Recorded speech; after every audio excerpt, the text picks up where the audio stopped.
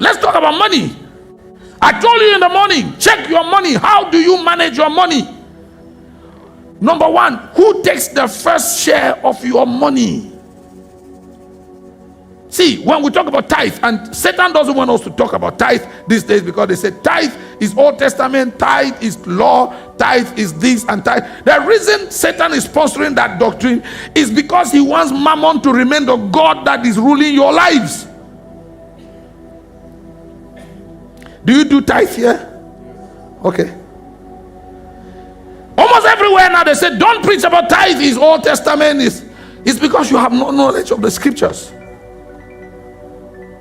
Because this tithe thing began way back before the before the law. See, Abraham was the first to pay tithe. Abraham never lived under the law. Are you here? When he met Melchizedek, hey, apostle, who told Abraham to give up Melchizedek the tithe? Now, see, this Abraham was worshiping idols in Chaldean, right? And then he met God and he began to walk with God. So, it's either he learned this tithing principle from the gods of the Chaldeans, or it is the living God that taught him. So Abraham met Melchizedek, and Melchizedek didn't ask him for tithe. He decided, it was a prompting in his heart, and he paid tithe. Am I right? Now Isaac, throughout the life of Isaac, no mention about tithe. And then one morning, Jacob sees a ladder that's going up in heaven with angels going up and down. And then he makes a vow. He said, if you will keep me and bless me, I will return to this place and pay the tithe. Jacob, who taught you tithe? We are hundreds of years before Moses, before the law. It was a family practice. God taught them. Are you with me? Look at this. The first church was ever planted in the Garden of Eden. The members of the church were Adam and Eve, and the pastor was God himself.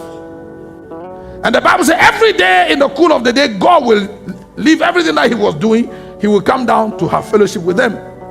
Now the question is, what was the discourse? When God will come and they will fellowship, what will God tell them? What was God telling them? We have no idea what the discussion, what the sermons were about. We don't know, right? All we know is that someday Adam and Eve had children, and then at a certain period of the year, they knew by their customs that they had to go and present sacrifices to God. And God accepted the offering of Abel and rejected that of Cain. Where did they get that? They learned it from their fathers. We know that it was part of the discourse that their fathers had with God when he came to fellowship with them. No? God rejected Cain's offering, not because he was cocoyam and cassava. Because some people say he was a farmer, he brought cocoyam, there was no blood. It has nothing to do with blood. It has something to do with God taking first place. Abel brought the first fruits, the firstlings and the fat from his flock. See, in your management of your money, let's call it your money, if God doesn't take first place, he has no interest. So your tithe is not just the tenth of your income. The tithe should be the first tenth. Meaning when money comes into your hand, the first thing you must do is to remember him. If you mix him with your bills, you pay your landlord and you pay your utility bills, and you remember God, he didn't take first place. He's not honored. You have just dishonored him.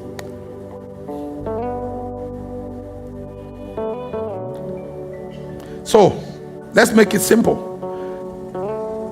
Consider your money. When you have taken out all the bills that you have to pay as a father of a home, the money that is left for you to use for pleasure and leisure, how much of it is given to God and how much of it is given to yourselves? When you go and calculate how much of your money you give to God and how much you spend on yourself and on your whatever not, it tells you exactly where your heart is. You know, one day I'm praying in my room And then the Lord just dropped a word in my heart, and I called my son, the follower of Legrand. I called him, Shiloh, come. And I said, Shiloh, do you know that you are on your way to hell? And he looked at me with big, Daddy, where you coming? I said, yes. The Lord just spoke to me as I was praying. I said, sit down. He sat down. I said, okay, every day you manage to find money, at least 200 francs, to put internet in your phone so you can do WhatsApp and Facebook, right? He said, yes. And I said, you do that 7 days a week. 200 times 7, that's 1,400. So I said, so how much is your offering to God every week? He said, well, Daddy, sometimes I give 500. And when I don't have 500, I can give 200-300. So I say, you have the discipline to give MTN 1,400 every week. See? So you give more of your money to MTN than you give to God. So your heart is where? So I asked him, is MTN your uncle or your auntie? He said, Daddy, I never saw it like this. I said, the Bible says where your heart is, that's where your money will go. See, I see how disciplined you are to make, you always have to want to have data in your phone so you can do WhatsApp and Facebook and whatever not. But when it comes to giving to God, you don't have the same discipline. Your allegiance is more to MTN than to God. He began to cry. I said, yes, cry, because somebody said, the cry you will cry when the saints are gone. Cry it now when the saints are still. I said, you better cry, my son. Cry and repent and change.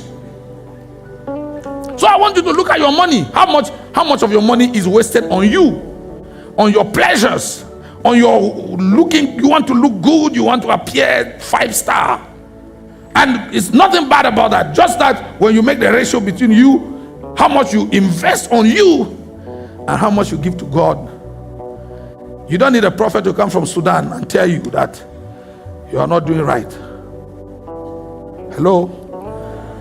You know, the ladies on Saturday, they will go to the salon and pay, I don't know how much naira in Cameroon, like 10,000 sifa, so they can wash their hair and turn it left and right and make it look good. And they're doing that because they want to come and worship God on Sunday. They pay 10,000 sifa at the salon, and then when they come to worship God, they give him 1,000. So you honor your hair and your hairdresser more than you honor God. And you are not giving 1,000 to God in the offering basket because you don't have money. The money is in your bag. Just that there's another divinity in you that tells you that when you give that, it's a waste.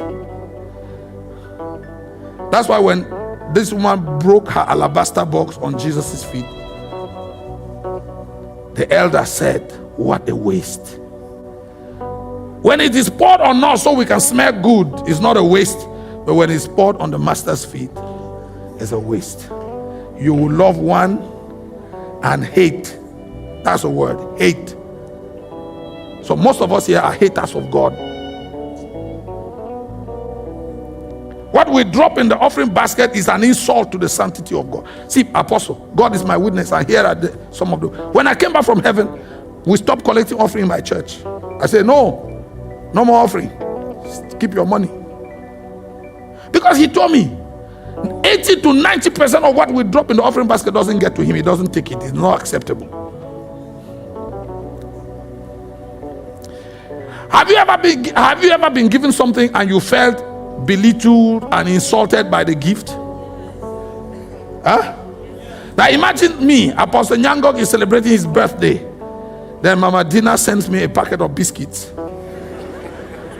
It will either be a prophetic action or an insult. True? If I see a parcel from Mama Dina, they say, all the way from Makodi, Mama Dina Osai sends you a gift. And I open the gift and it's a packet of biscuits. Okay, I'll say, is it that she made a mistake? She was trying to parcel something else.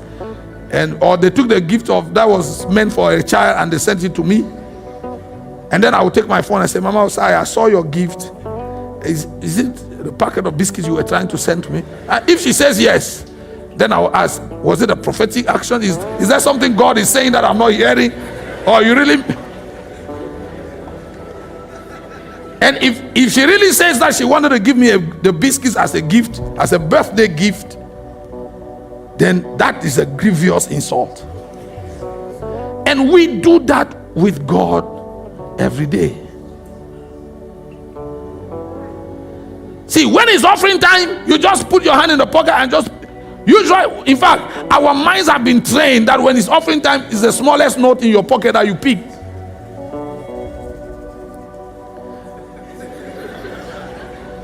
Your fingers know the difference between the bills. So when you do like this, you know which one is the smallest note. You just pick it and then you squeeze it into the basket. God doesn't receive. God doesn't take. God, it is not acceptable. He will not take it. Church will receive it. The church, the finance department of the church will collect the money and use, but God will not accept. He doesn't accept anything that they put on the altar. He killed Ananias and Sapphira during offering. Not because he was looking for money, no.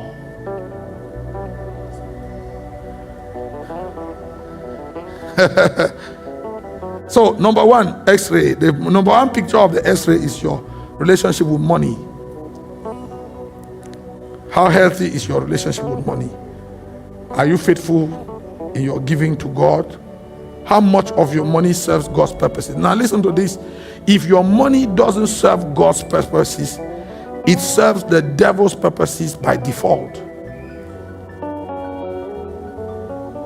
Can I say it again? If your money does not serve God's purposes, it serves the devil's purposes by default.